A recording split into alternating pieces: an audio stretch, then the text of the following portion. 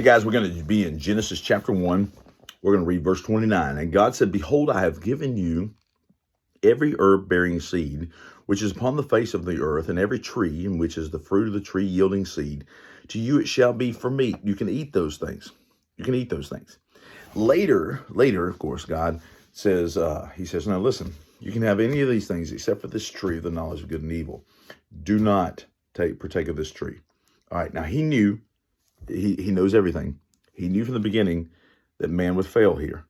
Okay, so Jesus is not plan B. He's plan A. Okay, we think this is, plan A is everybody lives wonderfully.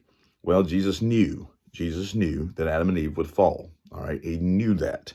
And there would be a plan A, which would be Jesus and the redemption of mankind. Now back to this verse though, okay? He says, listen, you got all this. Later, he warns them, except for this tree here, you got everything.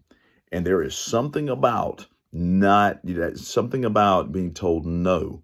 In our rebellious minds, especially after man falls, there's something about the enemy. The enemy comes in and says, hey, that one thing that is forbidden for you to do, man, do you know that's going to be the best thing ever? Do you know that's going to make you feel the best? Do you know that's going to make you seem the best? That if you will pursue this instead of what God has told you to pursue, that it will be better for you? Friends, that's never the case. That's never the case. All right. You find that pleasure, but you still have an emptiness. You find momentary bliss, but you will be destroying yourself from the inside out. That poison, sometimes there's some ant poison that you can get in the sense that man, it tastes sweet to them, but it's not long before they're all dead as a result of it. And that is the truth of this matter. It's always been the case that yes, you get a temporary sweetness from, I'm talking about very temporary, but a temporary sweetness from rebellion. But this is the thing, it eats you from the inside and it destroys you. He says, I've given you all of this. I've given you more than an adequate amount of things to choose from. Why would you choose the one very thing that I am against for you? Okay, and this happens in our lives now. He has the best idea for marriage.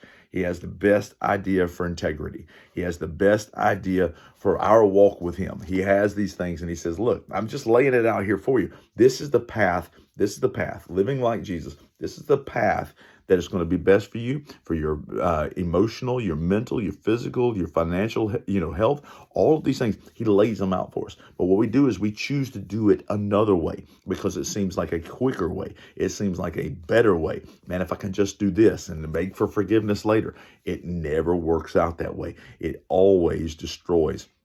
And in some way, shape, or form, will pay. If you belong to Jesus and you decide to do it another way other than Jesus' way, you'll pay a price. Why? The Bible says he chastens those he loves. He simply says, look, I've given you every herb bearing seed. You can eat, you can have those things. I've given you these trees. But this tree, specific tree, he does this later, this specific tree, you cannot eat of. All right. It says you will surely die as a result. And man, it made it even, it was, and he meant you would, there would be wickedness from it, that they would eventually die. They were meant to live forever, and they would eventually die, a human and physical death as a result of having defied God. Look at this, guys. Look, he's given us everything we need in this world. It's such a blessing to count your blessings, to write down your blessings, all of that.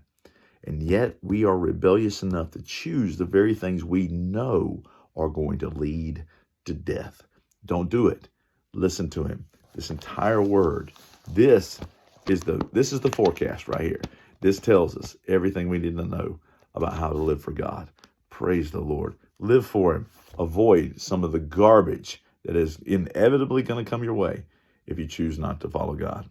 Love you guys. Bye-bye.